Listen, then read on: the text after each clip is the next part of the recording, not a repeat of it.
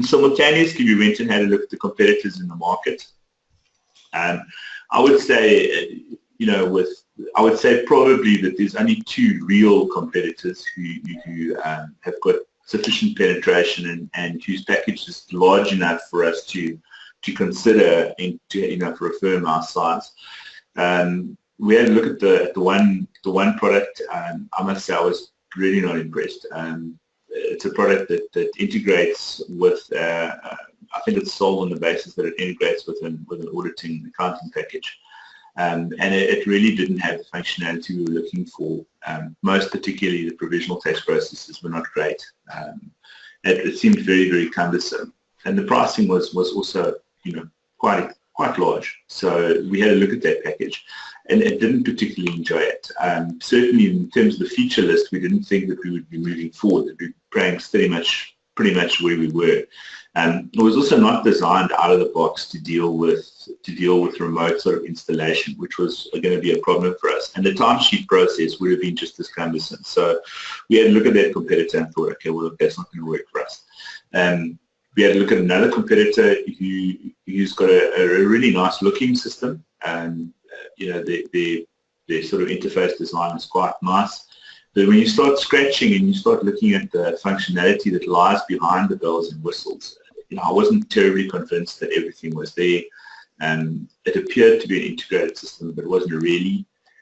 And also, what we do is tax. I mean, the vast majority of our processes are driven by accurate and decent tax records. I mean, we've got nearly 6,000 tax individuals.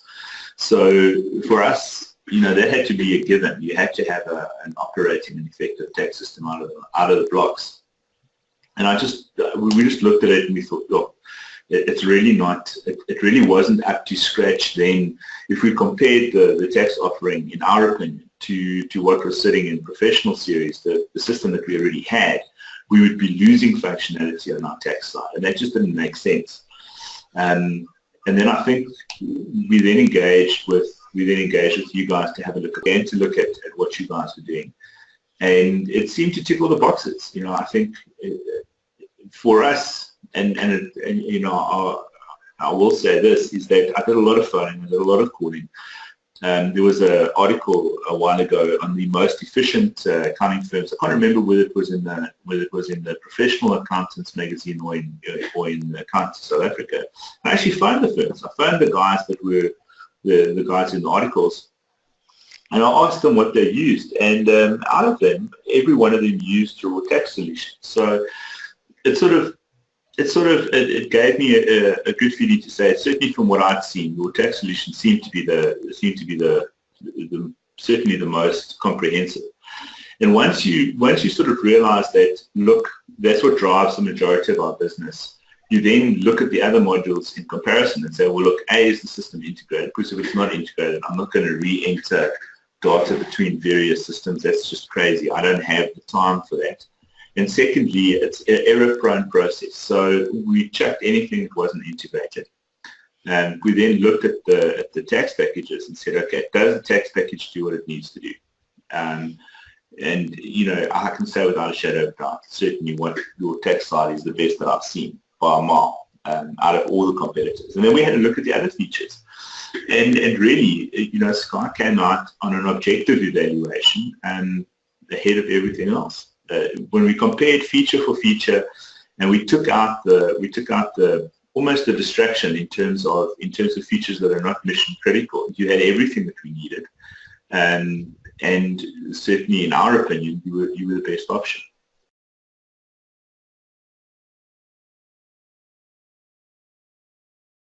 Explain today exactly how the timesheet works and how it has saved you all this time. Well, look, the first thing with Sky is that Sky's live constantly, which makes a hell of a difference. And instead of the data being entered outside of Sky into something like remote timesheets and then imported, it's entered directly. So your clerk sits down, logs into the Sky system, enters his time, and whether he does it daily or once a week is really up to him. But we've moved to weekly timesheets. So at the end of the week, his timesheet is completed. Once he's completed it, it's verified online on the system. The manager actually looks at it, signs it off electronically, and then as soon as the timesheet is signed, that time is live in the ledger. So we then do some reconciliation and some balancing just to make sure that everyone's got their timesheet in. We use the filters that are supplied, and then Bob's your uncle. By the Tuesday of the following week, the time for the previous week is live and in. So there's no exporting or importing. The guys can do it on their desktop straight away. Normally on a Friday, because if everyone knows article clocks, they leave their timesheets to the last minute. But a Friday afternoon, we had 200 concurrent users in the system, and really no problems.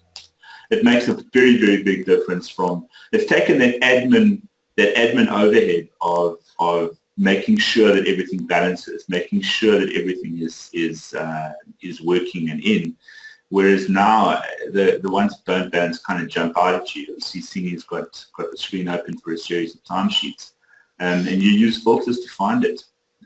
Your managers are much happier because they can actually have a look at what is happening live anytime for a particular clock, and it saves us literally a week of administration time. It's massive. It's so efficient and it's so effective for us that we've moved from 2 weekly timesheets to weekly, and just because it makes sense, it works, and it's quick enough to do it.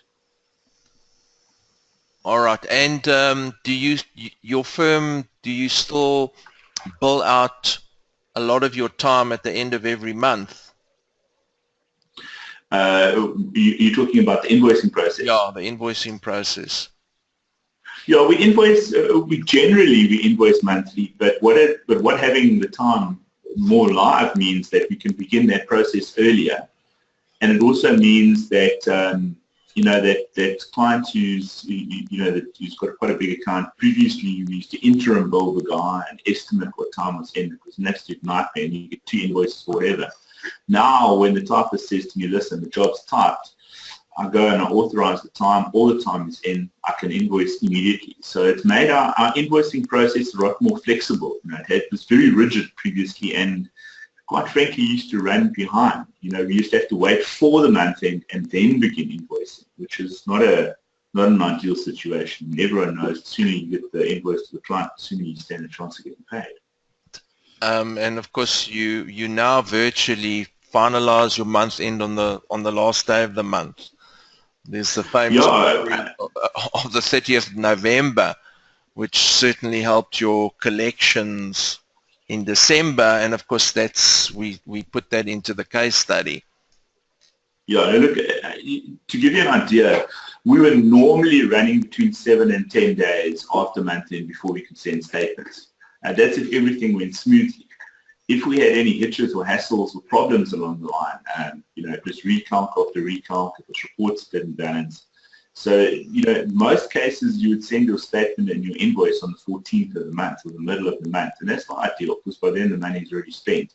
Now, we normally finishing 3rd, 4th of the month.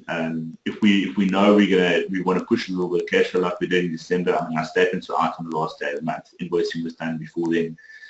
All the time was in, disbursements were in, everything was invoiced and ready to go. And it's a lot. The workflow itself is a lot faster.